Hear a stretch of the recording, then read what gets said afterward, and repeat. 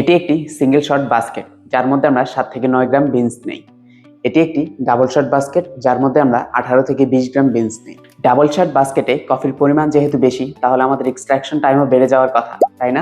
যদি এমনটা ভেবে থাকেন তাহলে আপনিও ভুল। এটি আমাদের অনেকেরই ভুল ধারণা। আমরা অনেকেই মনে করি আমাদের বাস্কেটের মধ্যে যদি কফি বিনসের পরিমাণ বেড়ে যায় তাহলে আমাদের এক্সট্রাকশন টাইমও বেড়ে যাবে। বাট অ্যাকচুয়ালি আমাদের সিঙ্গেল শট ডাবল শট দুটোরই এক্সট্রাকশন টাইম একদম সেম থাকবে যদি সবকিছু ঠিকঠাক থাকে। এবার হয়তো আপনি ভাবতে পারেন যে কফির পরিমাণ ডাবল হলেও এক্সট্রাকশন টাইম কিভাবে সেম?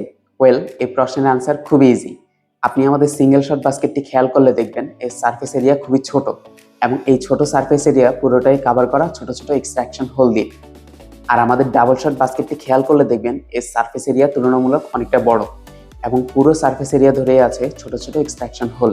তাই কফি বিনসের পরিমাণ কম বেশি হলেও দুটোরই এক্সট্রাকশন টাইম একদম সেম। কফির এক্সট্রাকশন টাইম বাস্কেটের জন্য চেঞ্জ হয় না, এটি চেঞ্জ হয় শুধুমাত্র গ্রাইন্ড সাইজ, ওয়াটার ফ্লো এবং আমরা কতটুকু ডোজ ব্যবহার করছি তার উপর নির্ভর করে। আমাদের এই মেশিনটিতে একটি পারফেক্ট এসপ্রেসো শট নামতে 25 থেকে 27 সেকেন্ড লাগে।